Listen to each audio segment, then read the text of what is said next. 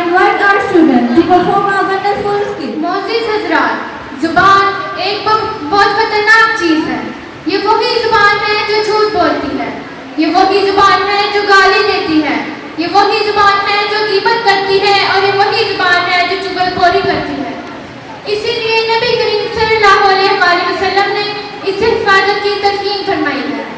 ग़ीबत भी एक ऐसा ही गुनाह है जिसमें आजकल हर कोई मुलव्विस है।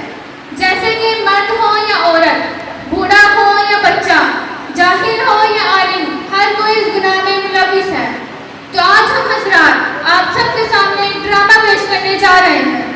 आप सबसे गुजारिश है कि इस ड्रामे को गौर से देखिए और ग़ीबत जैसे गुनाह से बचने की मुकम्मल कोशिश कीजिए।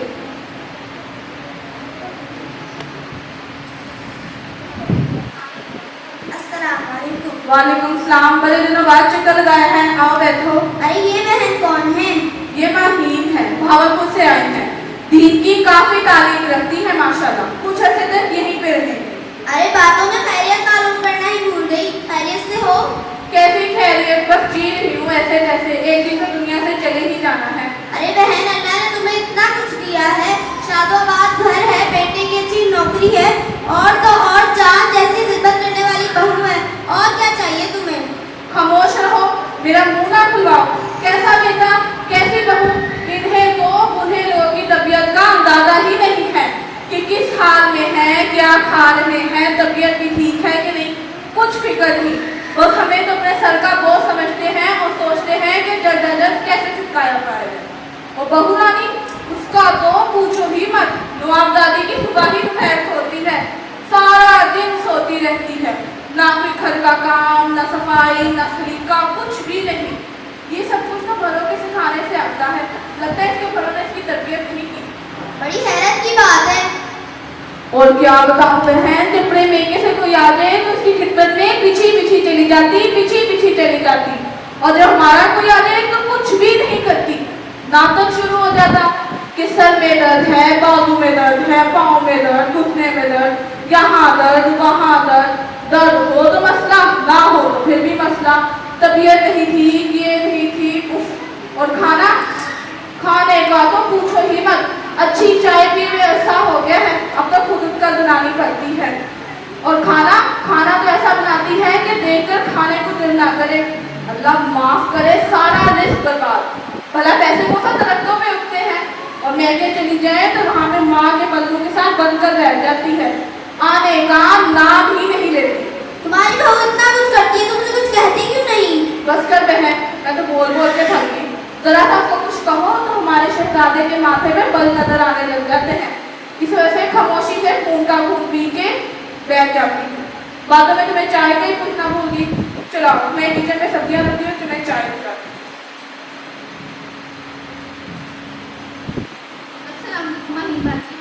वालेकुम अस्सलाम।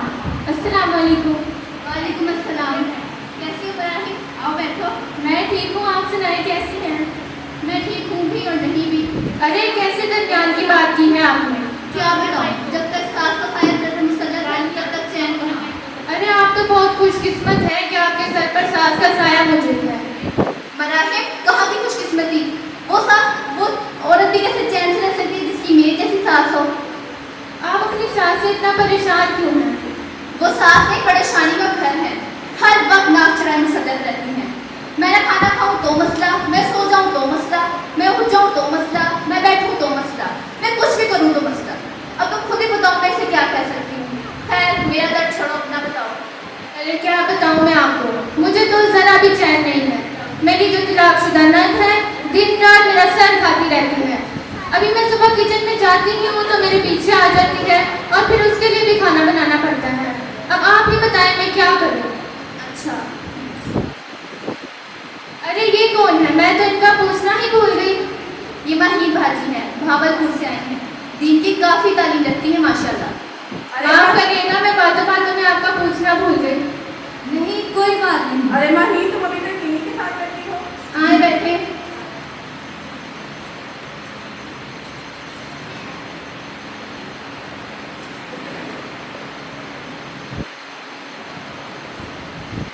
वैसे मैं सुबह से देख रही हूँ कि हमारी दुकानों पर दूसरों के गिले शिकवे और बुराइयां बहुत ज्यादा हो गई हैं, और और दूसरों के गिले शिकवे करना तो हमारी तबीयत का हिस्सा बन चुके हैं।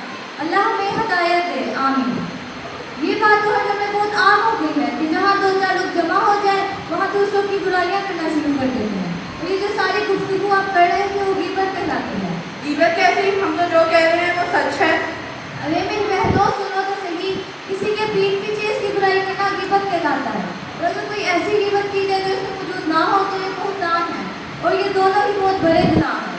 नबी पाक सल्लल्लाहु अलैहि वसल्लम ने इसके बारे में इरशाद फरमाया, और लोगों को मुंह के बल उनकी जुबान के गुनाह ही गिनाएंगे।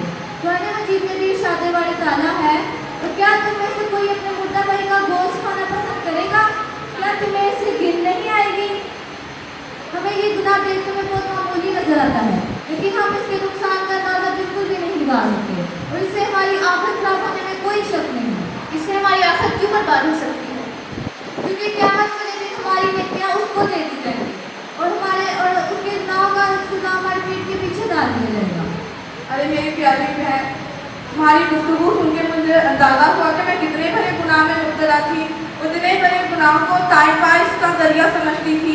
अब मैं वादा करती हूँ कि आज से जुबान के गुनाह नहीं करूँगी। शुक्रिया माहिर बाजी, अल्लाह को जज़ाए खैर दे। महीन में तो बहुत से लोगों की पीठ पीछे बुराई की है, उन्हें बुरा भला कहा है। सबसे पहले तो आप अल्लाह से माफ़ी मांगे, फिर उससे माफ़ी मांगे जिसकी आपने बुराई की है। मुझे माफ़ कर दे अम्मी, मैंने आपके साथ बहुत बुरा किया। नहीं बेटा, कोई बात नहीं।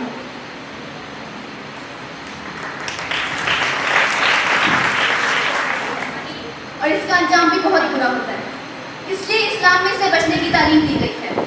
नबी करीम सल्लल्लाहु अलैहि वसल्लम ने फरमाया, और कोई मुसलमान किसी मर्द या औरत की गिबत करता है तो अल्लाह ताला उसके 40 शब रोज़ की नमाजों को कबूल नहीं करता, मगर ये कि वो शख्स उसे माफ़ कर दे जिसकी चुगलखोरी की गई हो। शुक्रिया, अस्सलाम।